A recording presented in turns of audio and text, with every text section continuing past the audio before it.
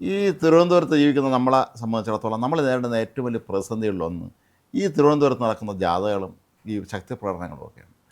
Secretariat March, എജൂസ് office March, നിയമസഭാ March, Raj Bhavan March, GPO March, ഇങ്ങനെ ഈ സത്യത്തിൽ ഇതെല്ലാം തന്നെ സ്ഥിതി ചെയ്യുന്നത് നഗരഹൃദയത്തിലാണ്. ഓരോരുത്തരും ഇവിടെ ജാഥ നടത്തുമ്പോൾ ഇത് നമ്മൾ ശരിക്കും പറഞ്ഞാൽ പെട്ടുപോവുകയാണ്. പലർക്കും പരീക്ഷ എഴുതാൻ പോലും പറ്റാത്ത അവസ്ഥ ചില അവസരങ്ങളുണ്ടായിട്ടുണ്ട്. പണ്ടൊക്കെ ഈ ഓരോ ശക്തിപ്രകടനവും ഓരോ പോയിന്റ് കിടക്കാൻ എത്ര മണിക്കൂർ എടുത്തു എന്നുള്ളതാണ് രാഷ്ട്രീയക്കാരൻ്റെ ക്രെഡിറ്റ്. ആൾ ഉപദ്രവിക്കാൻ എത്രത്തോളം സമയം എടുത്തു എന്നുള്ളതാണ്. ഇത് പിന്നീട് കോടതിയുടെ ഇടപെടലത്തോടെയാണ് തിരുവനന്തപുരം നഗരത്തിൽ ഇപ്പോൾ 11 മണിക്ക് ശേഷം ജാഥ നടത്താൻ പറ്റുള്ളൂ. ഒരാൾ സ്കൂളിലും കോളേജിലും ഓഫീസിലൊക്കെ പോയി എന്തെങ്കിലും ജോലി സ്ഥലത്ത് പോവുകയാണെങ്കിൽ അതിനെ തടസ്സപ്പെടുത്തണ്ട എന്നുള്ള രീതിയിൽ പണ്ട് തന്നെ രാവിലെ തുറന്നു വരും.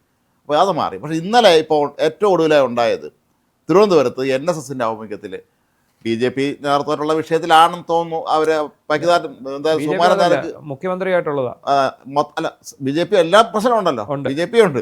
അപ്പോൾ ഏതായാലും സുകുമാരൻ നായർക്ക് ഐക്യദാർഢ്യം പ്രഖ്യാപിച്ചുകൊണ്ട് NSS തിരുവനന്തപുരം യൂണിയൻ നടത്തിയ മാർച്ച് അത് പാളയത്ത് നിന്ന് കിഴക്കോട്ടയിലേക്കാണ് വന്നത്. കിഴക്കോട്ടയെത്തിയപ്പോൾ ഒരു പെൺകുട്ടി അതിശക്തമായ രീതിയിൽ പ്രതികരിച്ച് രംഗത്തെത്തിയത്.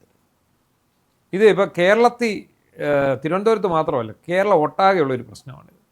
ഇതിനകത്ത് ഇപ്പോൾ ഇന്നലത്തെ ആ മാർച്ച് നടത്തിയപ്പോൾ സത്യത്തിൽ എന്ത് കാര്യത്തിനാണ് ഞങ്ങളുടെ സമുദായ നേതാവിനെ ആക്ഷേപിച്ചു, ഞങ്ങളുടെ സമുദായ നേതാവിനെ അവഗണിച്ചു. ഇപ്പം ഉപരാഷ്ട്രപതി CP രാധാകൃഷ്ണനും കേന്ദ്രമന്ത്രിയായിട്ടുള്ള സുരേഷ് ഗോപിയും പഴയ വൈസ് ചാൻസലർ കാലടിയിലെ അല്ലേ KS രാധാകൃഷ്ണനും ഈ പെരുന്നയിലെ പോപ്പിനെതിരെ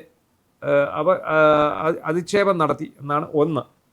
മറ്റൊന്ന്, മുഖ്യമന്ത്രി സതീശൻ അദ്ദേഹത്തെ അവഗണിച്ചു. ഞങ്ങൾ ഇത്രയും വലിയ സമുദായ നേതാവായിട്ടുള്ള ഞങ്ങളുടെ പോപ്പിനെ ഇദ്ദേഹം അവഗണിച്ചു. ഇതാണ് അനുമതി നൽകിയില്ല, അത് മറുപടി ശരിയല്ല. അതിനകത്ത് ഇപ്പോൾ ഒരു പ്രശ്നം വന്നേ ഇന്നലെ. അത്രയും വലിയ അതും ആ കൃത്യസമയത്താണ്. ഒന്ന് ആലോചിച്ചോണം, ആൾക്കാർ വീട്ടിൽ പോകാൻ റെഡിയായിട്ട് ഇപ്പോൾ ഒന്നാമത് ഈ പ്രിയദർശിനി സർവീസും ഒക്കെ വന്നതിന് ശേഷം സ്ത്രീകളും വിദ്യാർത്ഥിനികളും അടക്കം നൂറുകണക്കിന് ആൾക്കാർ ഈ യാത്ര പോകാൻ വേണ്ടി വന്ന് ആ കിഴക്കേക്കോട്ടയിൽ നിൽക്കുന്ന സമയത്താണ് ഇത് ഉണ്ടാകുന്നത്. അത് മാത്രമല്ല, ഒരുപാട് വണ്ടികൾ ബ്ലോക്കായി. ദീർഘദൂര പോയിട്ട് വരുന്ന അല്ലെ അസുഖം ബാധിച്ചിട്ടുള്ളവർ, അത് ഈ ദീർഘദൂര ബസ് സർവീസുകളുണ്ട് KSRTCയുടെ, ഇതെല്ലാം തന്നെ ബൈപ്പാസ് വഴിയാണ് വരുന്നത്. എറണാകുളം, തൃശ്ശൂർ, ഇതെല്ലാം ബൈപ്പാസ് വഴി നിന്ന് കിഴക്കേക്കോട്ട വഴിയാണ് തിരിച്ച് തമ്പാനൂരേക്ക് പോകുന്നത്.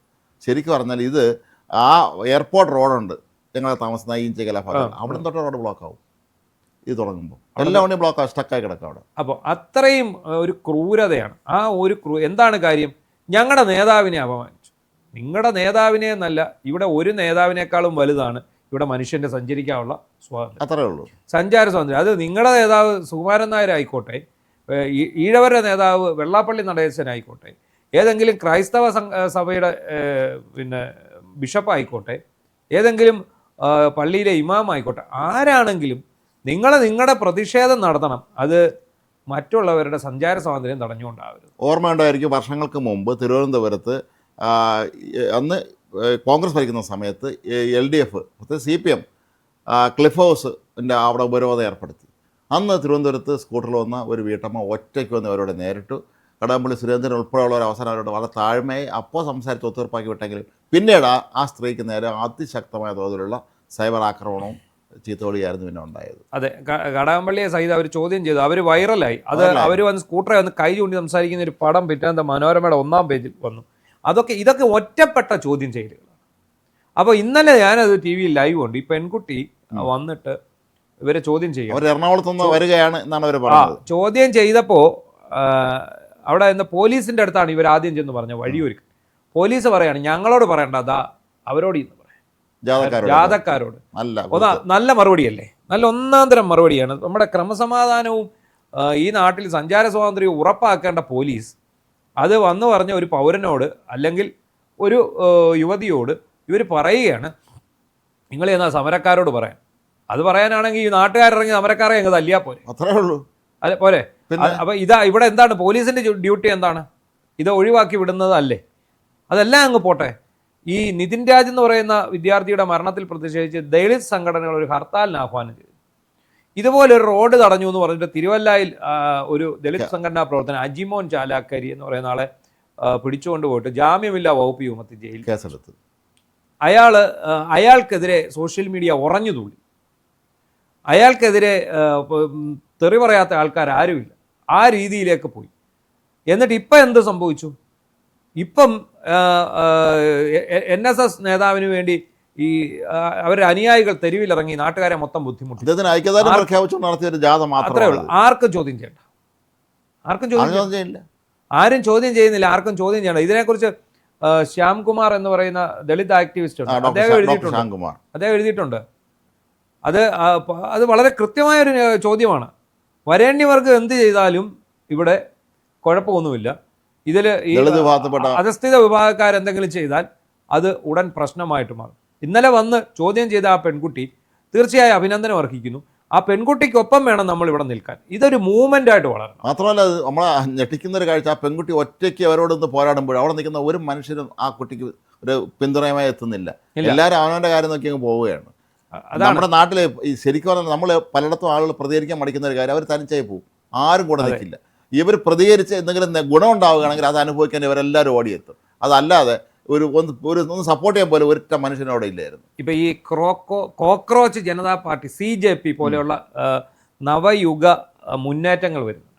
അവരൊക്കെ പരിശ്രമിക്കേണ്ടത് എന്തിനു വേണ്ടിയാണ്? ഇത്തരം അനാചാരങ്ങൾക്കെതിരെയാണ്. അതായത് എന്താ, ഏതെങ്കിലും ഒരു നേതാവിനെ ആരെങ്കിലും ചീത്ത വിളിച്ചു എന്ന് പറഞ്ഞ് ഗതാഗതം തടസ്സപ്പെടുത്തി നാട്ടുകാരുടെ വഴിമുടക്കുന്ന, അല്ലെങ്കിൽ ഏതെങ്കിലും ഒരു നേതാവിനെതിരെ ആരോ ഒരു പ്രസ്ഥാനം നടത്തിയതിൻ്റെ പേരിൽ ബന്ദ് നടത്താൻ നിൽക്കുന്ന, ഹർത്താൽ നടത്താൻ നിൽക്കുന്ന ഇത്തരം സിസ്റ്റങ്ങൾക്കെതിരെയാണ് ആദ്യം പ്രതികരിക്കേണ്ടത്. ഇത് സുകുമാരൻ നായർ പറഞ്ഞിട്ടൊന്നും ആയിരിക്കില്ല, സുകുമാരൻ നായർ സൂചിപ്പിച്ചതാണ്. അത്രേ ഉള്ളൂ. സുകുമാരൻ നായർ ഒന്ന് സംസ്ഥാന വ്യാപകമായി ഇങ്ങനെ ജാഥ നടത്തിയിട്ടില്ല, തിരുവനന്തപുരത്ത് മാത്രമാണ് നടന്നിട്ടുള്ളത്. അതെ, അത് സെക്രട്ടേറിയറ്റ് മുന്നിലേക്ക് നടത്താനായിരുന്നു, അത് മുഖ്യമന്ത്രിയെ വെല്ലുവിളിക്കാൻ വേണ്ടിയാണ്. കാരണം മുഖ്യമന്ത്രിയെ സുകുമാരൻ നായർക്ക് സന്ദർശനാനുമതി നിഷേധിച്ചു എന്നുള്ള കാര്യമാണ്. സമയമുണ്ടല്ലോ, സമയം തിരുവനന്തപുരത്ത് ജാഥ നടത്താൻ സമയം കാലമൊക്കെ സർക്കാർ നിശ്ചയിച്ചിട്ടുള്ളതാണല്ലോ. ആ സമയത്ത് ജാഥ നടത്തിയാൽ മതിയായിരുന്നല്ലോ.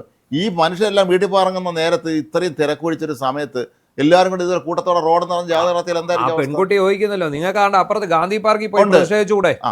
അത് പ്രതിഷേധത്തിനായിട്ടൊരു സ്ഥലം ഒരുക്കണം, ജന്തർ മന്ദർ ഇപ്പം ഡൽഹിയിൽ.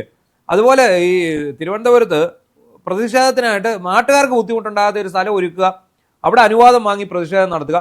നിങ്ങൾ പ്രതിഷേധം നടത്തിയിട്ട് പൊക്കോളുക. എനിക്കൊന്നും സെൻട്രൽ സ്റ്റേഡിയം അവർക്ക് ഏറ്റവും പറ്റിയത് സെക്രട്ടേറിയറ്റിന്റെ തൊട്ടടുത്ത് തന്നെയാണ്. അവർ സെൻട്രൽ സ്റ്റേഡിയത്തിൽ പോയി ജാഥ നടത്തിക്കോട്ടെ, അത് നടത്തിയിട്ട് നിങ്ങൾ പൊക്കോളുക. നാട്ടുകാരെ ബുദ്ധിമുട്ടിച്ചിട്ട് അത് ഏതായാലും ഇപ്പൊ NSS ആയിക്കോട്ടെ, SNDP ആയിക്കോട്ടെ, ഏത് സമുദായ രാഷ്ട്രീയക്കാരായിക്കോട്ടെ, ആരായിക്കോട്ടെ, സത്യത്തിൽ ശരിക്കും മൂവ്മെന്റ്സ് വരേണ്ടത് ഇത്തരം പ്രവണതകൾക്കെതിരെയാണ്. കേരളം ഒട്ടാകെ വരണം. ആര് ഭരിച്ചാലും ഇതാണ് അവസ്ഥ. അതെ, ഇത് കേരളത്തിൽ മാത്രമേ ഈ പ്രശ്നമുള്ളൂ. കേരളത്തിൽ മാത്രമേ ഈ പ്രശ്നമുള്ളൂ. സമുദായ നേതാവിനെ കുറ്റം പറഞ്ഞു എന്നും പറഞ്ഞ ആൾക്കാർ ചാടി ഇറങ്ങി പോവാണ്. എന്ത് കാര്യത്തിന്? പണ്ട് നമുക്കെതിരെ ഇവിടെ ഒരു പ്രക്ഷോഭമായിട്ട് വന്നു, 70 വയസ്സ് കഴിഞ്ഞ യൂത്ത് മൂവ്മെന്റ് 48 വയസ്സുള്ള റഹീം DYFIയുടെ അഖിലേന്ത്യാ പ്രസിഡന്റ് പോലെ തന്നെ. അപ്പൊ എന്ന് പറഞ്ഞ പോലെയാണ് ഇവരിവിടെ വന്ന് ബഹളം വയ്ക്കുകയാണ്. എന്താണ്, 4-3-7 പേരുണ്ട്, ഞങ്ങളുടെ നേതാവ് വെള്ളാപ്പള്ളിക്കെതിരെ നിങ്ങൾ വാർത്ത കൊടുക്കും. വാർത്ത എവിടെ? വാർത്ത അതവർക്ക് അറിയില്ല. അതില്ല, നിങ്ങൾ വാർത്ത ചൂണ്ടിക്കാണിക്കുക. നിങ്ങൾ അല്ല, ശ്രീനാരായണ ഗുരുവിനും വെള്ളാപ്പള്ളിക്കെതിരെ നിങ്ങൾ ശ്രീനാരായണ ഗുരുവിനെതിരെ വാർത്ത കൊടുത്താണ് അവർ പറഞ്ഞത്. ഗുരുദേവനെതിരെ വാർത്ത കൊടുത്തു പറഞ്ഞാണ് വെള്ളം വയ്ക്കുന്നത്. 2ാം ഗുരുവാണ്. അതെ. അത് അപ്പോൾ ഇത് എവിടെയാണ് വാർത്ത, എന്നാണ് വാർത്ത കൊടുത്തത്, ഏതാണ് ആ വാർത്ത? അത് നിങ്ങൾ വാർത്ത കൊടുത്തു, അതാണ് ഉത്തരം. എന്താണെങ്കിലും ഒരു കാര്യം ഞാൻ പറയാം, ഇത്തരം സഞ്ചാര സ്വാതന്ത്ര്യം വഴി തടഞ്ഞുകൊണ്ടുള്ള നീക്കങ്ങൾ, അത് ഇപ്പോൾ ദളിത് സംഘടനകൾ നടത്തിയാലും NSS നടത്തിയാലും ആര് നടത്തിയാലും പിടിച്ചെല്ലാത്തിനും അകത്തിടുകയാണ് വേണ്ടത്. ഒരു ദിവസം ജയിലിലടയ്ക്കണം. കാരണം മറ്റുള്ളവന്റെ സഞ്ചാര സ്വാതന്ത്ര്യം മുടങ്ങുമ്പോൾ അവനുണ്ടാകുന്ന ബുദ്ധിമുട്ട് എങ്ങനെയാണെന്നുള്ളത് നിങ്ങളുടെ സഞ്ചാര സ്വാതന്ത്ര്യം മുടങ്ങിയെങ്കിലും. മാത്രമല്ല, ഇവരെ ഇതിന്റെ നേതാക്കന്മാരെ കൊണ്ട് പല പണിയെടുപ്പിക്കാനുള്ള ജോലി, ആശുപത്രി വൃത്തിയാക്കാനോ വല്ലതും പറഞ്ഞേക്കും, വല്ല പൊതു കക്കൂസ് വൃത്തിയാക്കാൻ, ഇങ്ങനത്തെ പരിപാടിയും കൊണ്ടിറങ്ങുന്ന ആൾക്കാർ. അതാണ് ഇവിടെ ചെയ്യേണ്ടത്. എന്തായാലും ഇത് എതിർക്കപ്പെടേണ്ടതാണ്. ഇന്നലെ നടത്തിയ ആ യുവതി, ഇന്നലെ ആരാണെന്ന് നമുക്കറിയില്ല, എല്ലാ ആശംസകളും അറിയിക്കുകയാണ്. ശരിക്കും പറഞ്ഞാൽ നമ്മുടെ തലമുറയിലെ പ്രതികരണശേഷി നഷ്ടപ്പെട്ടു എന്ന് പലരും പറയുമ്പോഴും ഇങ്ങനെ ചില അപൂർവം ചില ആളുകളുണ്ട്. അവരാണ് ശരിക്കും നമ്മുടെ നാട്ടിൽ പ്രകാശം വെളിച്ചമായി മാറുന്നത് എന്നുള്ളത് ഉറപ്പാണ്. ആ യുവതിക്ക് എന്തായാലും നമുക്ക് എല്ലാ ആശംസകളും നേരം. നമ്മുടെ നാട്ടിൽ കണ്ടതിനും പിടിച്ചതിനും എല്ലാം പുരസ്കാരങ്ങൾ കൊടുക്കാൻ നടക്കുന്ന ഒരാശാന്മാരുണ്ട്. അവരെക്കുറിച്ച് നമ്മൾ പറയുന്നില്ലെങ്കിൽ പോലും ഈ ശരിക്കും പറഞ്ഞാൽ ഈ നമ്മുടെ നാട്ടിൽ ഏതെങ്കിലും അംഗീകരിക്കപ്പെട്ട സംഘടനകൾ വിളിച്ച് ഈ പെൺകുട്ടി ആദരിക്കേണ്ടതാണ് ശരിക്കും പറഞ്ഞത്. ആ കുട്ടിയെ ഇന്നലെ തന്നെ സോഷ്യൽ മീഡിയ ആദരിക്കുന്നുണ്ട്. പക്ഷേ ഇതൊരു തുടക്കമാകണം എന്നാണ് ഞാൻ പറയുന്നത്. ഇത്തരം സംഭവങ്ങൾ ഉണ്ടാകുന്നിടത്ത് ഇതുപോലെ പ്രതികരിക്കാൻ ഇന്നലെ ഒരു യുവതിയെ വന്നുള്ളൂ. ഇനി 100 കണക്കിന് യുവാക്കൾ ഇതിന് മുന്നോട്ട് വരണം. മനുഷ്യൻ്റെ സഞ്ചാര സ്വാതന്ത്ര്യം എന്നുള്ളത് തടയാൻ ഒരു കാരണവശാലും അനുവദിക്കരുത്. അത് ആരെയാണെങ്കിൽ പോരായെങ്കിൽ കേരളം പോലും സംസ്ഥാനത്ത് വളരെ ഇടുങ്ങിയ റോഡുകളൊരു പ്രദേശത്ത് ഒരു വണ്ടി 1 സെക്കൻഡ് നിർത്തിയാൽ 1 കിലോമീറ്റർ നീളത്തിൽ ഗതാഗതക്കുരുക്ക് പണ്ട് രൂപപ്പെടുന്ന സ്ഥലമാണ്. വർഷങ്ങൾക്ക് മുമ്പ് ഇതുമായി ബന്ധപ്പെട്ട ഒരു സംഭവം കൂടെ ഓർമ്മ വരുന്നത് ഡോക്ടർ രജത് കുമാർ എന്ന ഒരാളുണ്ടല്ലോ, സോഷ്യൽ മീഡിയയിൽ അദ്ദേഹം പറയുന്ന കാര്യങ്ങൾ. അദ്ദേഹം മുമ്പ് അദ്ദേഹം വേറൊരു രൂപത്തിലാണ് താടിയൊക്കെ വെച്ച് വെള്ളം ഷർട്ട് കിട്ടുന്നത്. അദ്ദേഹം കുറച്ച് നടപ്പില്ലാത്ത കാര്യങ്ങൾ പറഞ്ഞപ്പോൾ തിരുവനന്തപുരം വിമൻസ് കോളേജിലെ മറ്റോ ഒരു പെൺകുട്ടി ഒറ്റയ്ക്ക് പ്രതികരിച്ച് അവിടെ നിന്നുണ്ട്. അതെ, ആരൊന്നും മിണ്ടിയില്ല. ഒരു പെൺകുട്ടി ഒറ്റയ്ക്ക് പ്രതികരിച്ച് ഇറങ്ങി പോവുകയും ചെയ്തു അവിടെ നിന്ന്. അദ്ദേഹം കുറച്ച് വിദ്യാർത്ഥികൾ അഭിസംബോധന എന്താ ചെയ്യാറ്. പക്ഷേ അദ്ദേഹം പറഞ്ഞ കാര്യങ്ങളോട് ശക്തമായ വിയോജിപ്പ് പ്രകടിപ്പിച്ചുകൊണ്ട് എല്ലാവരും അവിടെ കണ്ടുകൊണ്ടിരുന്നുള്ളൂ. ഈ പെൺകുട്ടി ഇറങ്ങിപ്പോയി, വിളിച്ച് പറഞ്ഞ് തന്നെ പോയത്. നിങ്ങൾ പറഞ്ഞത് ശരിയല്ല, നിങ്ങൾ കാണിക്കുന്നത് തെറ്റാണെന്ന് പറഞ്ഞ് ഇറങ്ങിപ്പോയി. അതാണ് അങ്ങനെയുള്ള യുവതി യുവാക്കളാണ് നമ്മുടെ ആവശ്യം. ഇവരെ എതിർക്കുക മാത്രമല്ല, ഈ കായികമായിട്ട് നമ്മളെ ഇവർ കൈകാര്യം ചെയ്യുമെന്നുള്ളൊരു ഭയമാണുള്ളത്. അത് പോലീസ് നോക്കി നിൽക്കുകയുള്ളൂ. പക്ഷേ അങ്ങനെയൊന്നും പ്രതീക്ഷിക്കേണ്ട. ഇനി ഇതൊരു നല്ല കാര്യമാണ്. ഇതിനുവേണ്ടി ഒരു കായികമായ ഒരു കയ്യേറ്റം നമ്മൾ ഏറ്റുവാങ്ങേണ്ടി വന്നാലും പ്രശ്നമില്ല.